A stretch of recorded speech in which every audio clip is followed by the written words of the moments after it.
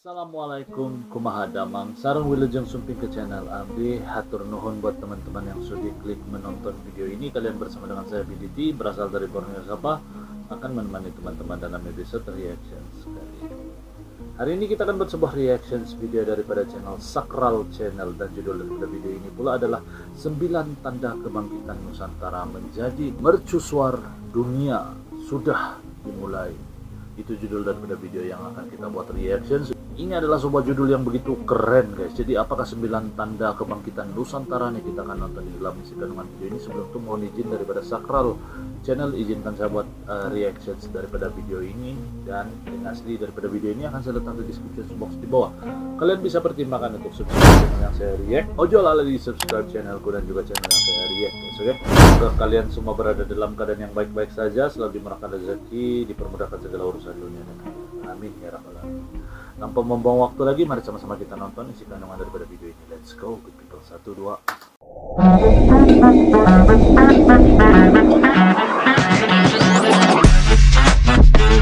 Yo, kumaha damang, salam silaturahmi good people. Ojo lali di subscribe yo channelku. Apakah kalian sadar bahwa kebangkitan Nusantara sedang terjadi saat ini? Kebangkitan Ataukah Nusantara. kalian sudah bisa merasakannya? Bahwa Nusantara yang selama ini sedang terpuruk, kini sedang bangkit dari tidurnya menuju era keemasannya. Apakah 9 tanda guys? 9 petanda. Penasaran guys? Wih, cantik dia punya intro guys. Jadi kalian kalau mau penasaran sama channel yang saya react ini, ada di ruang description box di bawah guys. Nanti kalian simak. Sebenarnya, apakah yang dimaksud kebangkitan Nusantara itu? Ini maksudnya adalah kebangkitan Indonesia yang selama ini terpuruk, tersingkirkan, kerap menjadi keset bagi bangsa lain. Sejarah asli leluhur yang sudah diburamkan oleh penjajah sehingga Indonesia kehilangan jati dirinya, yang tertidur pula selama ratusan tahun. Kini mulai bangun dari tidur panjangnya dan mulai bangkit untuk menunjukkan kepada dunia bahwa Indonesia bukanlah bangsa ecek-ecek. Nusantara atau Indonesia adalah bangsa besar yang sedang tertidur. Jika selama ini kita lupa pada jati diri kita sendiri, tanpa kita sadari, mulai dari saat inilah sebenarnya kita sedang disadarkan untuk bangun dan membuka mata dari tidur panjang. Jauh ratusan tahun lalu, ternyata leluhur Nusantara sudah mencatat tanda-tanda kebangkitan Nusantara.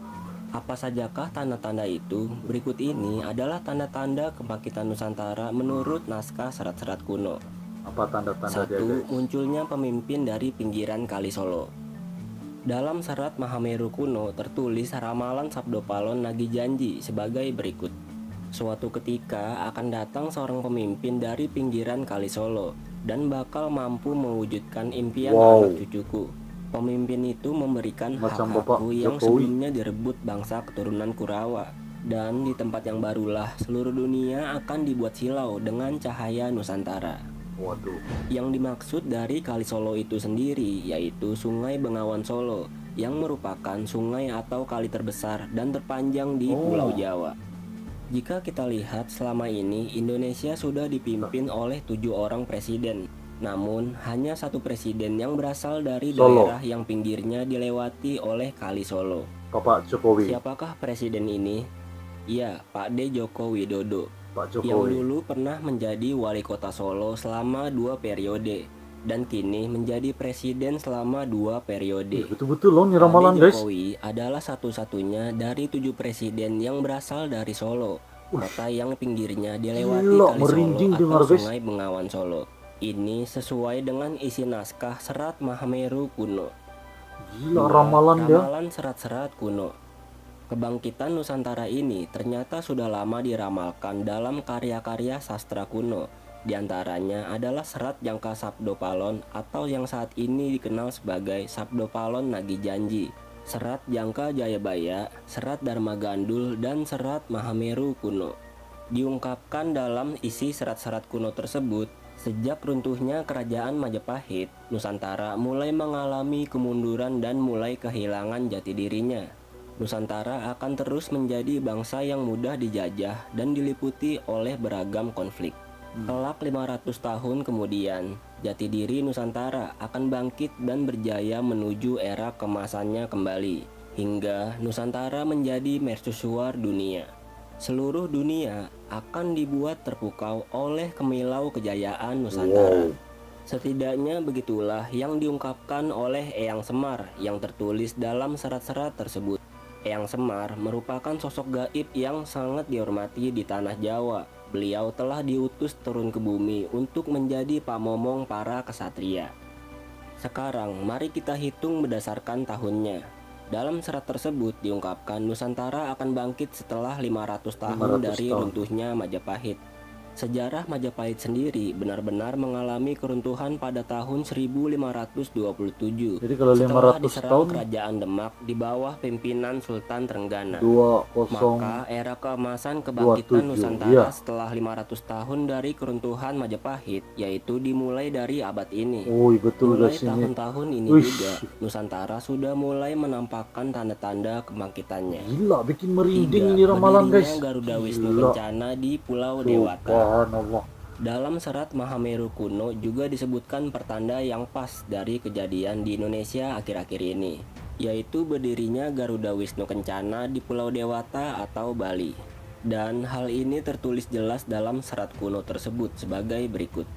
Ingat, berdirinya Garuda Wisnu Kencana di Pulau Mahadewa akan mengawali tonggak dunia Nusantara telah lahir kembali. Pulau Mahadewa ini banyak ditafsirkan sebagai Pulau Bali karena julukan Pulau Bali memang Pulau Dewata.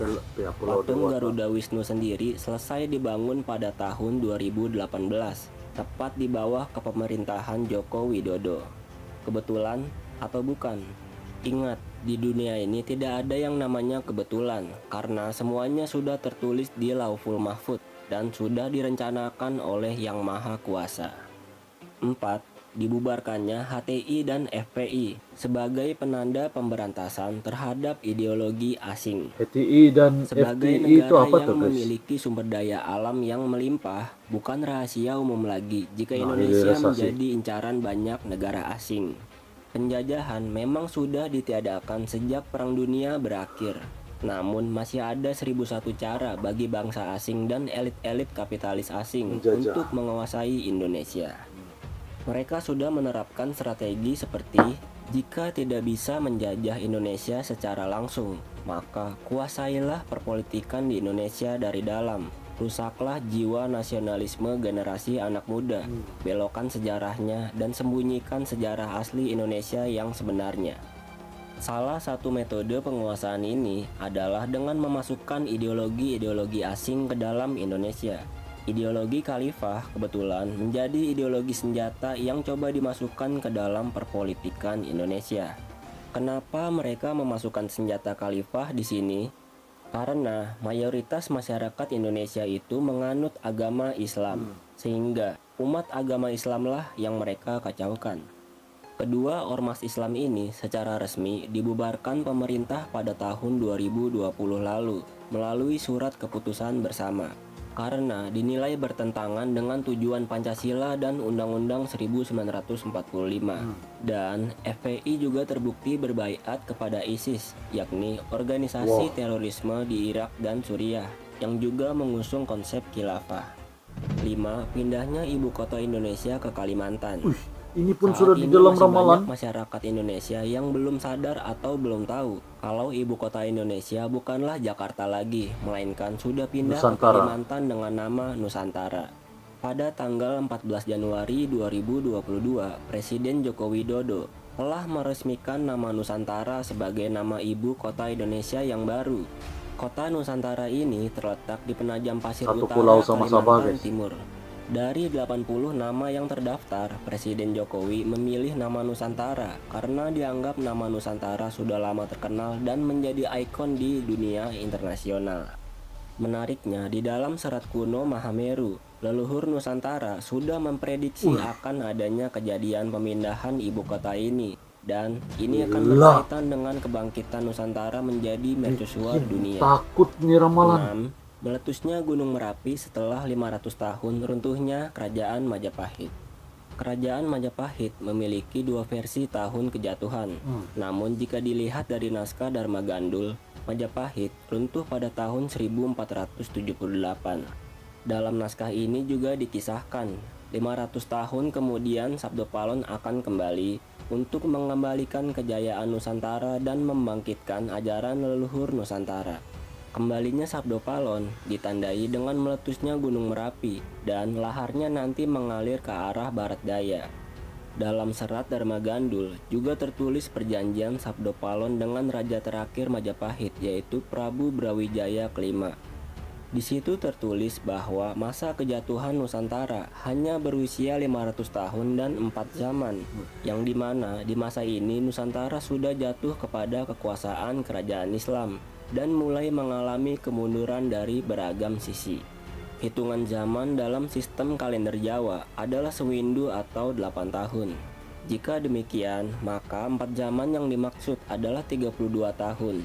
Jika ditilik dalam tahun kejatuhan kerajaan Majapahit, maka 500 tahun dan 4 zaman itu perhitungannya adalah tahun 1478 tambah 500 tambah 32 sama dengan tahun 2010.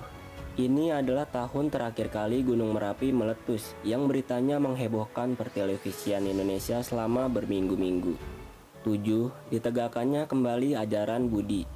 Dalam naskah Jangka Sabdo Palon atau yang biasa disebut dengan Sabdo Palon Nagih Janji disebutkan setelah 500 tahun jatuhnya Majapahit, maka Sabdo Palon akan kembali ke bumi Nusantara dan mengembalikan ajaran Budi yang sudah lama hilang di masyarakat. Inti ajaran Budi adalah bahwa setiap manusia sudah dibekali Tuhan sebuah roh ilapi atau ruh ilahiyah yang menjadi inti manusia, yang menjadi nyawa manusia bisa hidup. Ruh ilapi ini adalah perangkat rohani yang berasal dari percikan cahaya Tuhan, yang oleh tasawuf Islam disebut sebagai roh kudsi atau Nur Muhammad, oleh umat Kristen disebut sebagai roh kudus, oleh umat Hindu sebagai Atman, oleh umat Buddha disebut sebagai bodhicitta atau kesadaran, dan oleh orang Kejawen disebut sebagai yitma atau diri sejati. Jika manusia mengenali jati dirinya, maka ia akan mengenali Tuhannya. Dari sinilah muncul budi pekerti luhur dari diri manusia. Namun, ketika ajaran budi ini kembali, bukan berarti akan memusnahkan agama-agama lama yang sudah ada di Indonesia, melainkan lebih mengedepankan pada budi pekerti yang luhur dan etika yang baik yang dulu menjadi budaya adab jati diri Nusantara. 8. Banyak bermunculan peninggalan sejarah yang terkubur. Banyak misteri sejarah Nusantara yang belum terungkap. Literatur sejarah kita tidak banyak karena banyak peninggalannya yang juga hilang. Kini peninggalan-peninggalan itu mulai banyak muncul lagi ke permukaan. Jika dilihat dari segi spiritual, ini merupakan janji leluhur kepada generasi Nusantara. Nanti 500 tahun setelah jatuhnya Majapahit, akan muncul kembali peninggalan kejayaan Nusantara masa lalu ke permukaan bumi. Ini bertujuan agar generasi Indonesia bisa menelitinya, sehingga ketahuanlah bagaimana sejarah Nusantara yang sebenarnya di masa lampau. Karena dengan memahami sejarah Nusantara, maka Indonesia akan satu langkah lebih maju dalam memahami jati dirinya. 9. Kembalinya 1.500 benda pusaka Indonesia dari Belanda. Benda-benda bersejarah ini awalnya hasil jarahan penjajah kolonial yang dibawa ke Belanda dan disimpan bertahun-tahun di Museum Nusantara di kota Delft, Belanda. Setelah Presiden Jokowi datang dan bernegosiasi dengan pemerintah Belanda, dalam penantian yang panjang, sebanyak 1.500 benda bersejarah Indonesia akhirnya bisa dipulangkan ke Indonesia. Koleksi benda-benda bersejarah ini sudah tiba di tanah air sejak 23 Desember 2019 silam. Dari tanda-tanda tersebut sudah menunjukkan bahwa kebangkitan Nusantara untuk menjadi mercusuar dunia seperti yang dijanjikan para leluhur secara perlahan sudah menunjukkan bukti-buktinya. Bagaimana menurut kalian? Jika ada tambahan silakan tulis di kolom komentar. Jika suka dengan pembahasan seperti ini, silakan like dan subscribe untuk lebih banyak lagi konten menarik lainnya. Sakral Channel, guys. Itulah video yang baru kita nonton bareng dan 9 tanda kebangkitan Nusantara, guys. Bikin merinding, guys. Ada yang memang sudah diramalkan sejak dulu, guys. Tetapi di sini saya ingin tegaskan, ramalan itu dipanggil ramalan karena itu cumalah ramalan, bukan sesuatu yang sah dan hak. Apa yang hak dan yang benar hanyalah diketahui oleh Yang Maha Esa, Maha Pencipta, dan bukan ramalan, guys. Kita boleh dengar, kita boleh terpulang pada kita untuk percaya atau tidak, tetapi jangan lari dari landasan kita untuk percaya Yang Maha Esa, yang satu. Oke guys, itu kalau menurut pendapat saya pribadi lah. Kalau menurut kalian bagaimana? Silahkan komen di ruangan komen di bawah. Dan bagi saya ini sebuah video yang keren guys, keren. Bayangkan 9 tanda kebangkitan Nusantara. Memang ada yang bikin merinding kalau dengar guys. Bayangkan, saya tidak dapat berpikir di akal pikiran saya yang logik nih, macam mana benda tuh sudah dari dulu, sudah dari lama sudah diramalkan. Itu luar biasa guys. Adakah kebetulan? Menurut kalian bagaimana? Komen di ruang komen di bawah. Sampai di sini saja video saya pada kali ini. Terima kasih karena menonton. Salam santun damai dan salam silaturahmi. Assalamualaikum. Salam Nusantara. Yo teman-teman, ojo lali di subscribe yo channelku.